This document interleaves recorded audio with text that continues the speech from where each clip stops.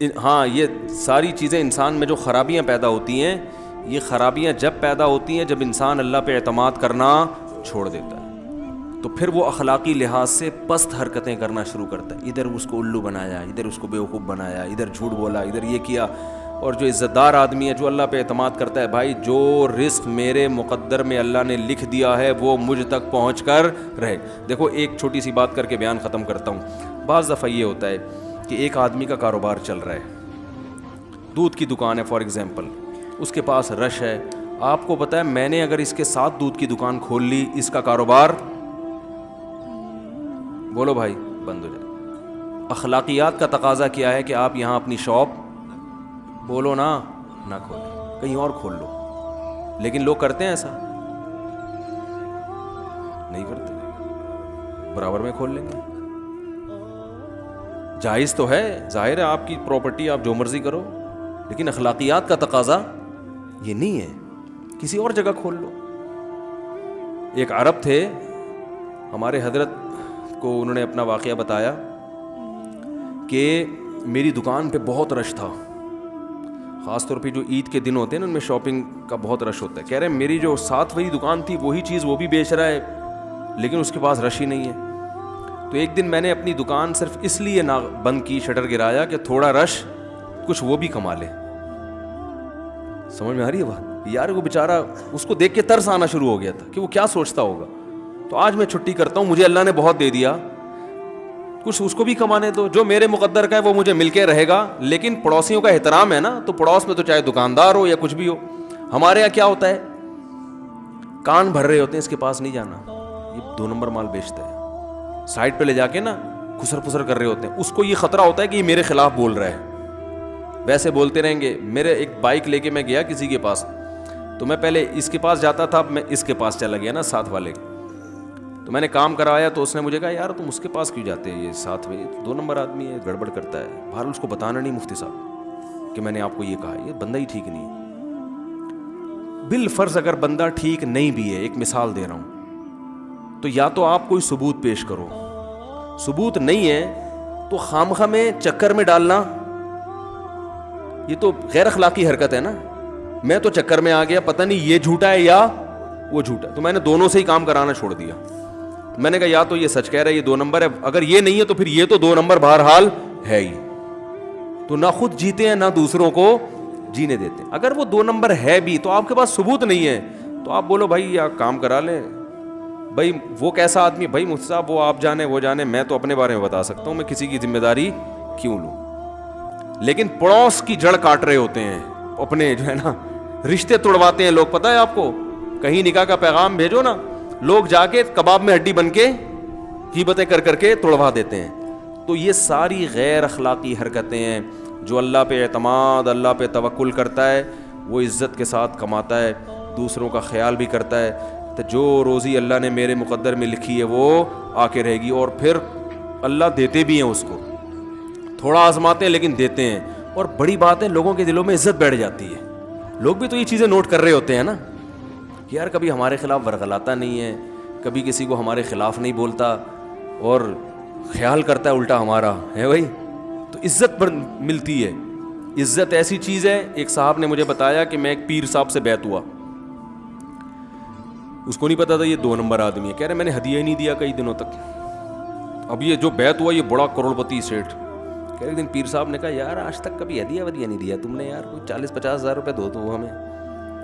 کہتا میں وہاں سے بھاگ گیا اور میں نے پھر ان پیر صاحب کو خط لکھا کہ اگر مجھے آپ پر اعتماد ہو جاتا نا کہ آپ لالچی نہیں ہیں تو 50,000 کی کوئی ویلیو میری نظر میں نہیں ہے. لیکن آپ نے اپنی قیمت 50,000 رکھ کے نا اپنے آپ کو میری نظروں میں گرا دیا.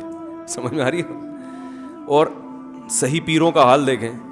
ہمارے ایک رشتہ دار تھے، بچپن کا واقعہ سنائے، کہہ رہے ہیں KPK میں کوئی بڑے عالم تھے، کاش مجھے نام یاد ہوتا تو پھر مزہ آتا. انہوں نے اب تو انتقال ہو گیا.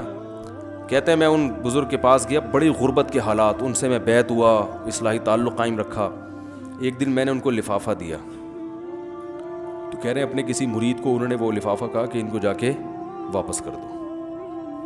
کہہ رہے ہیں زبردستی مجھے لا کے واپس کیا. انہوں نے کہا بھائی ہمارا اصول یہ ہے کہ جب تک کسی سے بہت زیادہ بے تکلفی نہ ہو جائے ہم ہدیہ وصول نہیں کرتے. ہمیں کیا پتا آپ ابھی نئے نئے آئے ہو, آتے ہی پیسے دینا شروع کر دیے, کون ہو بھائی, کیا ہو, خریدنا چاہتے ہو ہمیں.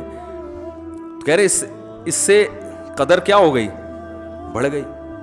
تو عزت کے ساتھ دیکھو, حضرت عمر رضی اللہ تعالیٰ عنہ سے رسول اللہ صلی اللہ علیہ وسلم نے ارشاد فرمایا کہ پیسہ اگر اشراف نفس کے بغیر آئے, میں اس کا اردو میں ترجمہ کروں گا, تو یہ اللہ کی رحمت ہے. لالچ کے ساتھ آئے تو یہ رحمت نہیں ہے. اشراف نفس کہتے ہیں لالچ کے بغیر. یہ حدیث سمجھانے کے لیے نا ایک واقعہ سناتا ہوں, بات ختم ہو جائے گی, بس پھر یہ 2-4 سوال نمٹاتے ہیں. ایک بزرگ تھے, ان کے پاس ایک طالب علم پڑھنے کے لیے گیا. یہ پرانا واقعہ ہے. وہ جب طالب علم نے اپنے استاذ کی حالت دیکھی نا کہ یہ تو بڑی حالت ان کی کیا ہے, خراب ہے, ایک دن استاذ سے پوچھا آپ کے گھر کچھ کھانے کو ہے؟ انہوں نے کہا نہیں ہے. ویسی بات تو ان کا کیا پتا تھا کہ یہ کچھ لے آئے گا اٹھا کے. انہوں نے کہا نہیں ہے. اس نے کہا اچھا میں جا رہا ہوں. گیا, سالن روٹی لے کر آیا. تو ان استاذ نے کہا کہ میں یہ نہیں کھاؤں گا. کیوں نہیں کھاؤں گے بھائی؟ کہا جب تم اٹھ کے گئے نا میرے دل میں لالچ آئی کہ یہ میرے لیے کچھ لے کر آئے گا. تو میرے دل میں کیا ہو گئی, لالچ, ایک لالچ پیدا ہو گئی, اب تو مزے آ گئے, کچھ نہ کچھ تو لے کر آئے گا, ٹھیک ہے نا. تو اس لیے لالچ کے ساتھ جو چیز ملے گی وہ میں نہیں کھاؤں گا, واپس لے جاؤ. طالب علم بھی بڑا ذہین تھا, اس نے کہا ٹھیک ہے جی آپ کا جیسے حکم. گیا, گھوم کے واپس آ گیا, کہہ رہے یہ لیں. انہوں نے بولا کیوں بھائی؟ انہوں نے کہا یہ آپ کے لیے ہدیہ. انہوں نے کہا میں نے منع کیا. انہوں نے کہا وہ تو پہلی دفعہ لالچ تھی نا, اب تو مایوس ہو گئے تھے نا, ٹھیک ہے نا, کہ چلا گیا. انہوں نے کہا ہاں اب تو مایوس, اب کھاؤ. بالکل کھاؤں گا, یہ بغیر لالچ کے آیا ہے. نہیں آئی بات. دوسروں کی جیبوں پہ نظر رکھ کے جو پیسہ آئے گا اس میں برکت نہیں ہوگی, اس سے کتا پن پیدا ہوگا. کتے کا بھی یہی کام ہوتا ہے نا, جب بھی آپ کو سونگتا رہتا ہے, جب جہاں بھی جاؤ گے نا کچھ دے گا دے گا دے گا, جتنی بوٹی ڈالو گے پھر اور چپکے گا, اور ڈالو گے اور چپکے گا. تو جو لالچی آدمی ہوتا ہے لوگوں کی جیبوں پہ نظر ہے کہ پچھلی دفعہ اس نے اتنے پیسے دیے تھے, اب پتہ نہیں اس دفعہ دوسرے بیٹے کی شادی ہے کتنا ہدیہ دے گا, اب دیکھتے ہیں. سوچ رہے ہوتے ہیں یار دیکھوں, وہ کھجانے کے لیے جیب میں ہاتھ ڈال رہا ہے, شاید اب نوٹ نکال رہا ہے. لوگ گفٹ دیتے ہیں نا ایک دوسرے کو, بھائی بیٹے کی شادی ہوئی ہے یہ لو لے لو بھائی گفٹ لے لو, آپ کی شادی ہوئی لے لو. تو اب کوئی ایسا دوبارہ کوئی پروگرام ہو تو لالچ, اب دیکھتے ہیں یہ کتنے دے گا. وہ ایسے ہی آ گیا کچھ دیے بغیر, تو عجیب سی دل میں نا فیلنگ, ہائے یہ کیا ہو گیا یار, ہم تو بڑی امیدیں رکھ کے آئے تھے. تو اس لالچ کے ساتھ جو پیسہ آتا ہے, اس پیسے سے لالچ ختم نہیں ہوتی بلکہ بڑھتی. آپ کتے بن جاؤ گے اس کے سامنے, ناک رگڑنا شروع کر دو گے ایک دن. استغنا کے ساتھ جو پیسہ آتا ہے اس میں اللہ برکت دیتے ہیں. تو یہ استغنا کے ساتھ واپس چلے گئے, طالب علم دوبارہ لے آیا, انہوں نے کہا آپ کھائیں گے, ٹھیک ہے نا. تو اس طرح جو پیسہ عزت کے ساتھ آئے اس میں اللہ کی طرف سے برکت ہوتی ہے, انسان کی عزت ہوتی ہے, وہ اللہ کی رحمت ہے. ہمارے حضرت مفتی رشید احمد صاحب تو اتنے زیادہ مستغنی تھے کہ اپنی ذات کے لیے تو سوال ہی پیدا نہیں ہوتا, مدرسے کے لیے بھی کبھی چندہ نہیں مانگا حضرت نے, حالانکہ وہ تو جائز ہے.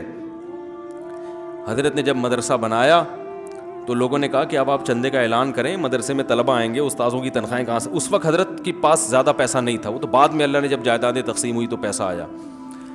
تو حضرت نے فرمایا میں تو چندہ نہیں مانگوں گا. لوگ دیکھ نہیں رہے, مولوی نے مدرسہ بنایا ہے, شہر کے اندر ہے, لوگ بچے پڑھ رہے ہیں, استاذوں کی تنخواہیں کہاں سے نکلیں گی, بچوں کا کھانا کا کہاں سے ہوگا, تو لوگ دیکھ رہے ہیں نا, خود کریں.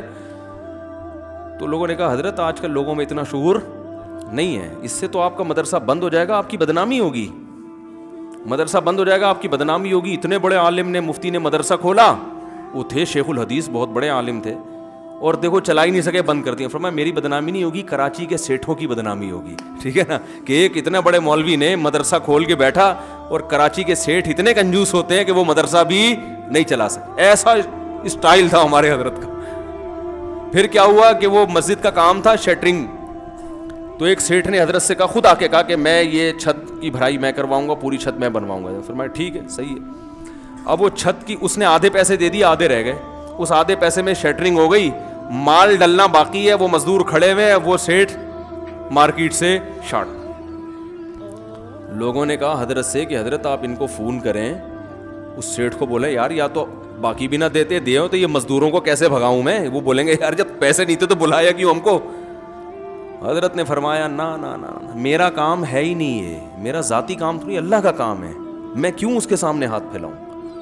جائز ہے مانگنا, آپ ایسا نہ علماء کو اس معیار پہ پرکھنا شروع کر دیں. نبی نے بھی چندہ مانگا ہے, صحابہ سے کہا ہے, لیکن حضرت نے لوگوں کے حالات کی وجہ سے نا کہ مولوی کا امیج خراب کر دیا گیا ہے, جو مولانا صاحب جا رہے ہوں لوگ چندہ نہ مانگ رہے ہوں, تو حضرت نے فرمایا میرا کام نہیں ہے بھائی, اللہ کا گھر ہے, میں نہیں مانگوں گا. اور پھر فرمایا میں نے زندگی بھر کسی سے نہیں مانگا ہے, آج اگر میں نے مانگ لیا اور اللہ نے کہا کہ ٹھیک ہے تو نے مانگ لیا نا, اب مانگتا رہے, تو میں کیا جواب دوں گا اللہ کو. حضرت فرمایا نہیں مانگوں گا. وہ مزدور بھی کھڑے ہوئے ہیں, لوگ بھی کہہ رہے ہیں بھائی بیچ دیا. حضرت فرمایا بھائی نہیں ہے, جاؤ جیسا جتنا ہو گیا جاؤ. حضرت نے نہیں مانگا. فرمایا جس نے کام شروع کرایا وہی کرائے گا, ہم دوبارہ نہیں, ہم اس سے نہیں کہیں گے. تو اللہ کی قدرت کے وہ اس کا فون آ گیا کہ میں معذرت چاہتا ہوں, میں پیسے لے کے پہنچ رہا ہوں, ٹھیک ہے نا. تو جو دینی کام کے لیے جن کا یہ استغنا تھا, تو اپنی ذات کے لیے کیسا ہوگا, خود سوچو. اپنی ذات کے لیے تو سوال ہی پیدا نہیں ہوتا. ایک اور واقعہ سنا دوں, بس بات ختم کرتا ہوں. ایسا استغنا تھا, ہٹو بچوں, یہ خودداری ہوتی ہے, یہ انسان کو بڑی ترقی دیتی ہے. ہمارے حضرت جایا کرتے تھے روزانہ صبح پارک ٹہلنے کے لیے, چہل قدمی کرنے کے لیے. تو پارک دور تھا, تو راستے میں ایک صاحب ان کو ایک دن دیکھا کہ یہ جا رہے ہیں, تو انہوں نے کہا آپ میری گاڑی میں بیٹھ جائیں, میں آپ کو پہنچا دیتا ہوں. حضرت بیٹھ گئے, انہوں نے پہنچا دیا. اگلے دن حضرت جا رہے ہیں, دوبارہ وہ گاڑی آ گئی, کہا میری گاڑی میں بیٹھ جائیں, چلو ٹھیک ہے بیٹھ جاتے. تیسرے دن حضرت نے راستہ ہی بدل لیا. حضرت فرمایا کسی کا احسان کیوں لیں بھائی, ٹھیک ہے نا, جب تک دو ٹانگیں ہیں اس پہ چلتے رہیں گے, بلا وجہ لفٹ کیوں لیں بھائی. آج کیا کرتے ہیں, خود روک روک کے لفٹ مانگ رہے ہوتے ہیں, یار ذرا وہاں چھوڑ دینا. ابے بھائی رکشے بھی چل رہے ہیں, ٹیکسیاں بھی چل رہی ہیں, نہیں تو دونوں ٹانگیں استعمال کرو. یہ بڑی گھٹیا حرکت ہے. یا تو آپ کا کوئی جگری دوست ہے, بے تکلف ہے, کوئی بھائی ہے, کوئی بے تکلف لوگوں سے تو چھینی بھی جا سکتی ہے. ابے چل, وہ بے تکلفی کے اصول الگ ہوتے ہیں بھائی. ہم اپنے بے تکلف دوستوں کے ساتھ جاتے ہیں تو وہ زبردستی بھی پیسے نکال لیتے ہیں.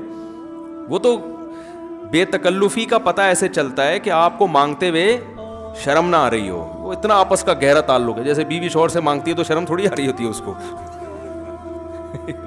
بلکہ اپنا حق سمجھ کے مانگتی ہے, ٹھیک ہے.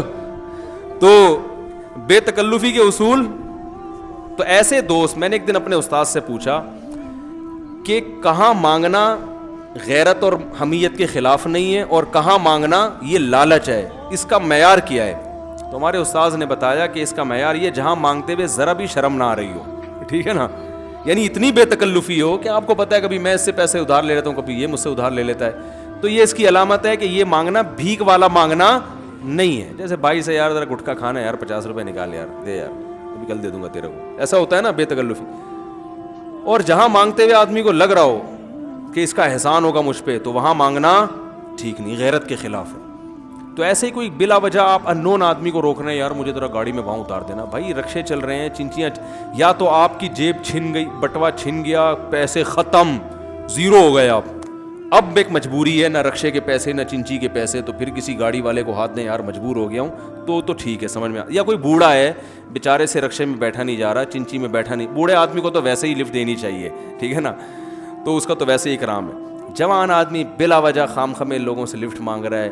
اور حقیقت یہ کہ جو لفٹ دینے والا ہے نا, اس کے دل میں اس کی عزت کم ہوتی ہے.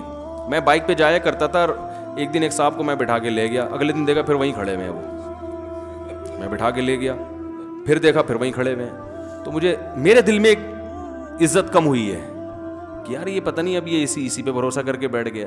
تو آپ سوچو, ہر ایک کے دل, میرے بھی دل, میں تو لے کے جاتا رہا ان کو, لیکن عزت کیا ہوئی کہ میری اب اپنا ایک دھیلا خرچ کرنے کے لیے تیار نہیں. یہ نہیں کہ مجھ سے محبت ان کو تھی, اس وقت تو میں مشہور بھی نہیں تھا, یا تو ہوتا ہے بعض دفعہ چلو یار اس بہانے مفتی صاحب کے ساتھ جائیں گے, تو وہ محبت والا معاملہ نہیں تھا. وہ میرے خلاف بھی تھا, وہ آدمی سارا دن نا میرے خلاف بولتے رہتا تھا, یوں ہی ہے یوں ہے. تو لالچ نہ کرو, استغنا کے ساتھ اپنی W11 وہ دوسرے کی لینڈ کروزر سے بہتر ہے. اپنی W11 ہو دوسرے کی لینڈ کروزر سے بہتر ہے. اپنی دو ٹانگوں پہ چلا جائے انسان. بھائی عزت تھوڑا کھائیں گے, اپنا کھائیں گے. یہاں ایک بیچارہ پٹھان تھا, سیدھا سادہ, گنے کا رس جوس لگاتا تھا وہ. اب کیا ہوا کہ میرے ساتھ کچھ اس کی گپ شپ ہو گئی اچھی. اب کیا ہے کہ اس وقت میرے پاس ٹائم بھی کچھ ہوا کرتا تھا, آج فلاں دوست نے دعوت کی, تو میرے تو جگری یار ہوتے تھے, تو چلو یار کبھی ہم نے کھلا دیا, کبھی تم نے کھلا دیا, آج فلاں کے یہاں, اس کو بھی میں لے جاتا تھا. تو ایک دن کیا ہوا, وہ مجھے کہتا ہے کہ میں نے کہا چلو فلاں جگہ چلتے ہیں, وہاں آج ہوٹل پہ کھاتے ہیں. اس نے کہا یار, کہتا ہے مفتی صاحب جو گھر میں اپنے کھانے کا ہے نا, وہ کسی دوسرے کے کھانے کا مزہ نہیں ہے. میں نے کہا یہ ہے غیرت مند. جو لالچی ہوتا ہے کہتا ہے فری پھوکڑ کے. غیرت مند یہ کہہ رہے یار اپنے گھر کی روٹی, وہ آپ کے تعلق والے نے, میرے تھوڑی ہیں. اس کا یہ کہنا یہ تھا. تو مجھے میرے دل میں اس کی عزت بڑھ گئی. یہ غیرت مند آدمی ہے. گنے کا ٹھیلا لگا کے جو روکھی سوکھی کھا رہا ہے, واقعی اپنے گھر کا جو مزہ ہے وہ دوسرے کے پیسوں پہ مزہ نہیں ہے. تو استغنا کے ساتھ زندگی گزارو تو پھر نہ جھوٹ بولنا پڑے گا, نہ پیسوں میں خیانت کرنی پڑے گی. لوگ ایک گڑبڑ یہ بھی کرتے ہیں کہ کوئی آپ کو پیسے دیتا ہے نا زکوٰۃ دینے کے لیے, آپ کہتے ہو میں بہت مستحق ہوں, خود ہی کھا جاتا ہوں میں. یہ جائز نہیں ہے. آپ چاہے زکوٰۃ کے مستحق ہوں تو بھی آپ کے لیے وہ کھانا جائز, کیونکہ اس نے آپ کو زکوٰۃ دینے کا وکیل بنایا ہے, کھانے کا وکیل نہیں بنا. بعض لوگ یہ کہتے ہیں, مجھ سے مسئلہ پوچھتے ہیں کہ اس نے کہا بھائی یہ زکوٰۃ ہے, جو چاہیں کریں. تو اس نے تو جو چاہیں کہہ دیا, میں کھا رہا ہوں. میں نے کہا جو چاہیں کا مطلب ہوتا ہے جہاں چاہیں دیں, جس پر اعتماد ہو. خود کھانے کے لیے صراحتاً اجازت لینا ضروری ہے کہ بھائی میں بھی زکوٰۃ کا مجھے کھا لوں. ٹھیک ہے نا, ایسے پوچھیں گے تو حلال ہوگا, ورنہ حلال نہیں ہوگا. اور میں نے کہا یہ پوچھنا غیرت کے خلاف ہے. جو تمہارے مقدر میں وہ اللہ تمہیں دے گا یار, کیوں پوچھ پوچھ کے اپنے لیے زکوٰۃ حلال کر رہے ہو. زکوٰۃ دینے کے اصول کچھ اور ہیں, لینے کے اصول کچھ اور ہیں. دینا ہر اس شخص کو جائز ہے جس کے پاس 52.5 تولے چاندی کے برابر مالیت نہ ہو, دے سکتے ہیں اس کو. لیکن مانگنا اس کے لیے جائز ہے جس کے پاس 2 وقت کے کھانے کی روٹی نہ ہو. جو زکوٰۃ کا مستحق ہے اس کے لیے مانگنا جائز نہیں ہے. سمجھ رہے ہیں, مانگنے کے اصول شریعت میں الگ ہیں. آپ ہٹے کٹے ہو, صبح کدال لے کے آپ جا کے 2 وقت کی روٹی کما سکتے ہو, آپ کے لیے مانگنا جائز نہیں. ہاں کوئی بیماری آ جائے تو ایک الگ بات ہے. روٹی کے لیے پیسے مانگنا جائز نہیں اگر آپ 2 وقت کی روٹی بھی آپ کو کھانے کو مل رہی ہے, کیونکہ روٹی کی ضرورت اللہ آپ کی پوری کر رہا ہے. کل کے لیے نہیں مانگ سکتے آپ, آج کے لیے مانگ سکتے ہو. اگر صبح بھی روٹی نہیں ملی, شام کو بھی نہیں ملی, بھوکے مر رہے ہو, پھر آج کے لیے روٹی اگر آپ غریب ہو تو مانگ سکتے ہو. اجازت ہے, ترغیب اس کی بھی نہیں ہے. تو اسلام تو میرے بھائی خودداری سکھاتا ہے, عزت کے ساتھ جینا سکھاتا ہے. ادھر سے لوٹا ادھر سے کھسوٹا, یہ جیب میں ہاتھ ڈال رہا ہے تو شاید پھدیاں نکال رہا ہو, یہ جناب آ رہا ہے ولیمے میں, لفافہ دیا اس نے, آپ خوشی سے پاگل ہو. ولیمے کے سارے پیسے آپ کو پتہ ہے لفافوں سے پورے ہوتے ہیں, بلکہ زیادہ ہی مل جاتے ہیں. آپ نے گھر جا کے لفافہ کھولا, اس میں خط نکلا, اس میں لکھا ہوا تھا, ایک پھول تھا کہ مجھے آپ کی شادی پہ بہت خوشی ہوئی. آپ کہو گے بھاڑ میں جائے ایسی خوشی. یہ ہو رہا ہے نا آج کل. تو یہ وہ ہدیے ہیں جو لالچ سے آ رہے ہیں. بچہ پیدا ہو گیا, وہ خاتون ملنے کے لیے آئیں تو مائیں سوچتی ہیں آئیں گی تو کچھ تو بچے کی سلامی دے کے جائیں گے. ایک دم دل میں ایسا دھچکے لگتے ہیں نا جیسے بجلی کے کرنٹ کے, ایسے دھچکے لگ رہے ہیں. تو پھر بھائی اگر وہ دے کے بھی جا رہی ہیں تو واپس کر دو. بولو بھائی ہمارے دل میں لالچ تھی, یہ ان کو بے شک بولو نہیں, یعنی دل میں بولو کہ لالچ سے جو پیسہ آئے اس میں برکت نہیں ہوتی, آپ رکھیں. تو تھوڑا کھائے عزت کے ساتھ, وہ باڈی کو لگتا ہے بڑی تمیز سے, ٹھیک ہے نا, خون بنتا ہے اس سے, اور غیرت والا خون بنتا ہے, ٹھیک ہے نا. اور اگر وہی ہے لالچ میں کتوں کی طرح ایک بوٹی ڈالو تو پھر پورے محلے میں اس گلی سے اٹھ کے جاتا ہے. کبھی کتے کو آپ ایک بوٹی ڈال کے دیکھو, بس پھر وہ بیٹھ جائے گا دھرنا مار کے. وہ کہے گا آپ نے تو دیا تھا, بھاگ. لوگ کہتے ہیں نا کتے کو ہڈی دے تو جان چھوڑ دے گا, نہیں چھوڑتا. ہڈی نہیں دو گے تو جان چھوڑے گا, بولے گا اس گلی محلے میں میرا رزق نہیں. یہ بلی ہے جس میں استغنا ہے, میاؤں میاؤں کرے گی, کھلاؤ دو گے نکل جائے گی پتلی گلی سے. بولے ٹھیک ہے بھائی, دوبارہ جب بھوک لگے گی تو ملاقات کریں گے.